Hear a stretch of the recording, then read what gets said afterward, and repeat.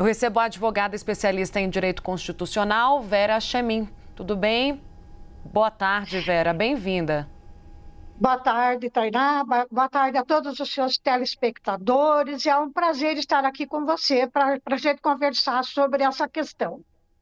Então, quando surgiu a notícia, doutora, ficou assim uma dúvida, né, sobre o rito, né? E as pessoas se apegaram muito nisso. Se ele havia errado no rito, houve algum procedimento irregular, né, na forma como se deu a consulta ao Tribunal Superior Eleitoral. Então, eu gostaria que a senhora partisse desse ponto, porque ontem, na defesa que fizeram os ministros ao ministro Alexandre de Moraes, eles disseram não tem irregularidade alguma. Então, Tainá, nós temos que fazer uma análise com muita cautela, né? Em primeiro lugar, eu gostaria de observar que a Folha ainda pretende divulgar mais informações, me parece que ela tem um arquivo significativo, o tamanho do arquivo é significativo, e, portanto, tudo que a gente falar aqui agora tem que ser considerado, eu diria assim, até a página 2, ou seja, é preciso aguardar outras informações para que a gente possa ter absoluta certeza da legalidade ou ilegalidade da conduta tanto do próprio ministro Alexandre de Moraes quanto do juiz auxiliar e do próprio perito criminal, né? Agora, voltando à questão específica, a primeira coisa que eu gostaria de colocar também é que eu concordo, conforme várias alegações que têm ocorrido na mídia, que na época das eleições, o relator dos inquéritos no STF e o presidente do Tribunal Superior Eleitoral era o próprio Moraes. Tá? Mas o problema é o que você vai analisar aqui? Você vai analisar o conteúdo dos diálogos. Tá? E, na minha opinião, essa análise teria que ser feita principalmente sobre dois aspectos. Eu posso colocar já ou você quer que você quer fazer pode seguir. Pode seguir, tá, ok. Qualquer coisa você me interrompe, tá bom? Então, o primeiro aspecto que eu gostaria de levantar é o fato, na minha opinião, inequívoco, de que os diálogos, né? Os diálogos parecem remeter a uma extrapolação da conduta do ministro. A partir do momento em que ele determina que o juiz auxiliar exige que o perito procurasse provas sobre supostas condutas de determinadas pessoas, a maioria me parece que são jornalistas, né? Com a finalidade de confeccionar relatórios de acordo com o que ele teria pedido. Então, o que eu, de novo, observo?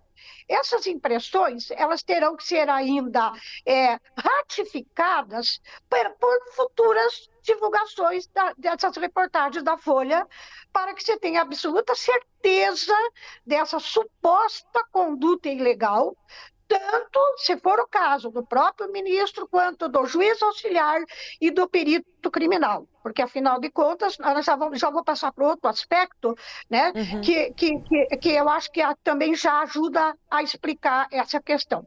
Posso continuar, então? Pode continuar. Já entendemos o primeiro ponto. Tá.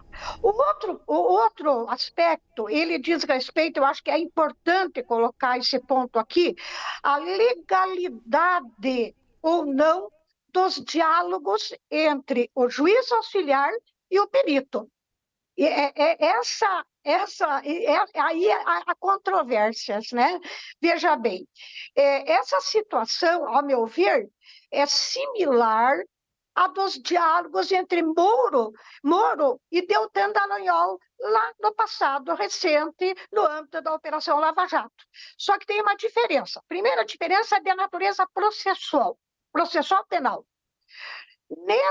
Nesses diálogos entre o Moro e o Dallagnol, ou seja, entre o ex-juiz Moro e o ex-procurador-geral da República, esses diálogos eles foram hackeados e, portanto, eram prova ilegal, de acordo com a Constituição. O artigo 5º é bem claro nesse aspecto.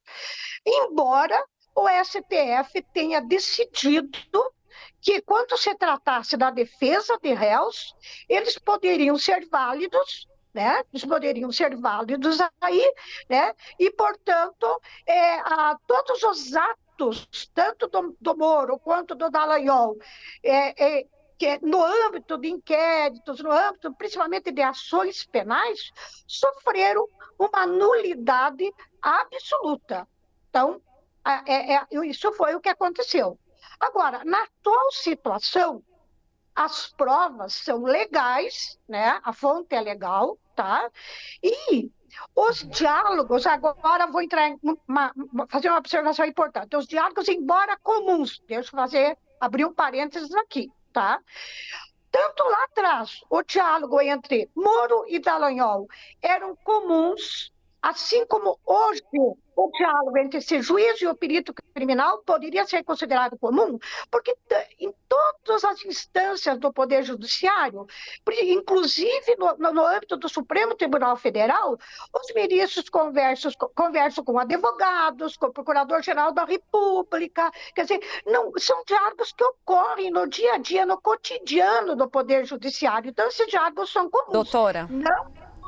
Não estou dizendo que o conteúdo é legal, a gente tem que ver tudo bem, as conversas sim, mas tem uma diferença nos conteúdos, né? Eu vou chamar a Luísa Martins, a nossa analista de judiciário, ela transita bem no Supremo, trouxe alguns bastidores das conversas com os ministros ontem, e a Luísa trouxe exatamente esse ponto. Por que os ministros defendem que não há correlação entre a Vaza Jato e os diálogos entre o juiz auxiliar e o Tribunal Superior Eleitoral do ministro Alexandre de Moraes? Luísa. Professora, muito obrigada pela entrevista. Luísa falando com você. Professora, como a Tainá falou, a gente trouxe ontem que nos bastidores do Supremo há uma avaliação de que os dois casos não seriam comparáveis, que uma coisa seria ali um diálogo, uma espécie de conluio entre o Ministério Público e a Justiça, né, entre o juiz Sérgio Moro na época, e outra uma comunicação direta ali entre dois tribunais, sendo que o ministro Alexandre atuava como relator no Supremo e, simultaneamente, como presidente do TSE. De que maneira, a senhora falou que vê algum tipo de similaridade, mas eu queria entender de que maneira, se a senhora acha que esses diálogos podem, por exemplo, levar a uma nulidade dos atos já praticados pelo ministro Alexandre no inquérito das fake news, da mesma forma que os atos do do ex-juiz Sérgio Moro foram declarados nulos pelo Supremo. Bom, ótima questão. Uma boa tarde, Luiz. É um prazer também falar com você. Então, vamos ao ponto lá. Veja, o pouco que a gente escutou das mensagens ali, da comunicação entre o juiz auxiliar e o perito, nos leva a crer, então, quer dizer, ainda não temos absoluta certeza, conforme eu acabei de colocar aí há pouco para a Tainá, então, mas nos leva a crer que aquela análise ali, no sentido de que, em um certo momento, o juiz auxiliar, ele se dirige ao perito e diz: use a sua criatividade para, obviamente, o que nós entendemos por criatividade? Haveria de se criar um meio, né, um modo de procurar uma prova contra um jornalista em particular, não importa aí quem seria a pessoa, mas ali se adota um tom de caráter subjetivo. Isso que é o importante, quer dizer, não está se fazendo ali uma análise impessoal, né? Uma análise objetiva, de forma generalizada, não. Há uma sinalização, isso, de novo, eu pontuo, né? Temos que ratificar ou não isso, mas há uma sinalização no sentido de que tais provas teriam que ser, de qualquer forma, obtidas pelo perito para que se pudesse, eventualmente, bloquear redes sociais de determinadas pessoas, de determinados jornalistas, e também multar. Então, isso é uma situação que me parece relativamente comprometedora e que precisa ser, como eu falei, de novo, confirmada ou não pelas próximas reportagens. Então, no que se refere ao conteúdo, esse é o problema, um dos problemas que eu coloco, porque, veja bem, ali nós estamos vendo de novo. Alexandre de Moraes teria determinado que o juiz obtesse do perito algo no sentido de que se confeccionar um relatório de acordo com o que ele pedira. Então, o que nós temos aqui? Outro problema. Temos aí um ministro, um juiz, vamos colocar, né, um magistrado, determinando como deveriam ser os passos dessa investigação. Posteriormente, como o juiz ele vai julgar, né? Como o juiz ele vai julgar, sendo que essas investigações, o passo a passo dessas investigações, são de competência da autoridade judicial. O que o juiz pode fazer é abrir, sim, ele tem como abrir, do ponto de vista legal, uma investigação, né, de ofício. Não há problema nesse aspecto. O que não se pode fazer é conduzir para uma determinada direção uma investigação, sendo que esse é o papel da autoridade judicial. Então, nós temos aí também um outro problema, um acúmulo de funções, então, de magistrado, de polícia, exatamente, e também, por que não, do próprio Ministério Público, no sentido de talvez criar uma prova para acusar determinadas pessoas. Aí é a diferença que eu também coloco com relação aos diálogos lá atrás, entre o Moro e o Deltan, no âmbito da Operação Lava Jato. Então, de novo, do ponto de vista dos diálogos, é comum tanto o diálogo hoje do perito criminal com o juiz, quanto lá atrás do Moro e do Deltan, mas o conteúdo realmente merece aí uma análise a partir dos próximos dias aí. Professor, ok, pelo que eu estou entendendo das explicações e das dúvidas que a senhora coloca em relação a esses diálogos, não há o comprometimento, por exemplo, das provas que já existiam, né, das pessoas que já eram investigadas, não há dúvida sobre isso. Não houve uma criação aleatória de provas para robustecer o inquérito. Agora, o que a senhora coloca em xeque é justamente uma espécie de pressão, vamos dizer assim, sobre o juiz auxiliar direcionado ao Tribunal Superior Eleitoral para que se direcionassem essas provas de um jeito que agradasse o ministro Alexandre de Moraes. Aqui num resumo muito simples, tentando traduzir também para a nossa audiência. A quem cabe, professora, fazer essa checagem, averiguar se de fato houve esse tipo de pressão, se isso é regular ou não? A senhora fala da expectativa de novas reportagens, todos nós estamos também aguardando mais informações pela Folha de São Paulo, mas é possível, por exemplo, que autoridades policiais comecem a investigar melhor se houve ou não algum tipo de arbitrariedade nessa postura? Sim, é possível que a autoridade policial realmente possa fazer esse tipo de investigação.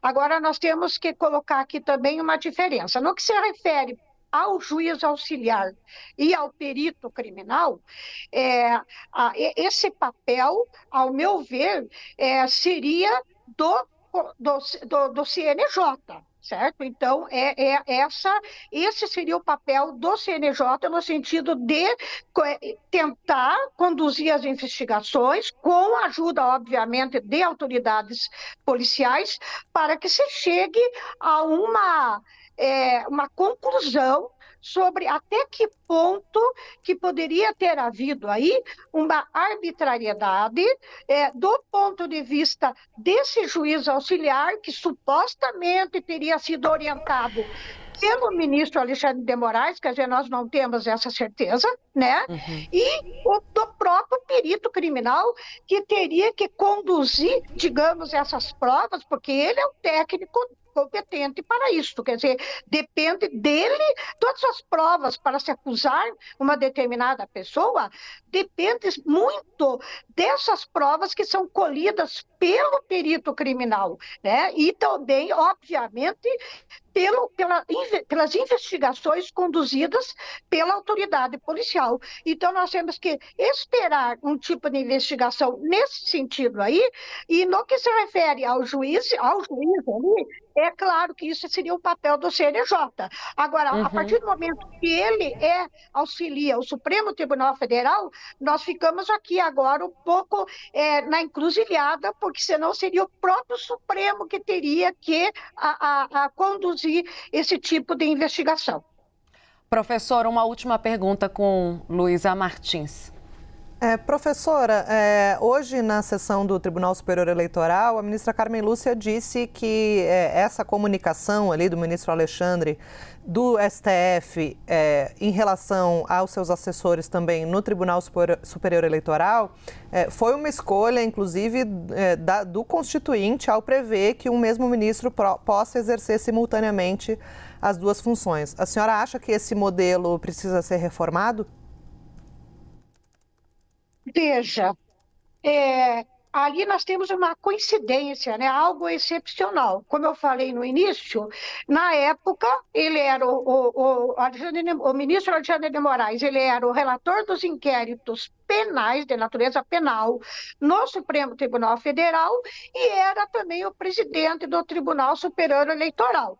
Então, veja, essa é uma coincidência que não oferece qualquer tipo de problema, conforme eu coloquei. Né? Não há problema nesse aspecto aí. Né? O problema diz respeito a tudo aquilo que a gente acabou de discutir agora. O conteúdo dos diálogos, a forma como esses diálogos foram conduzidos, o acúmulo de funções que está detendo o ministro Alexandre de Moraes.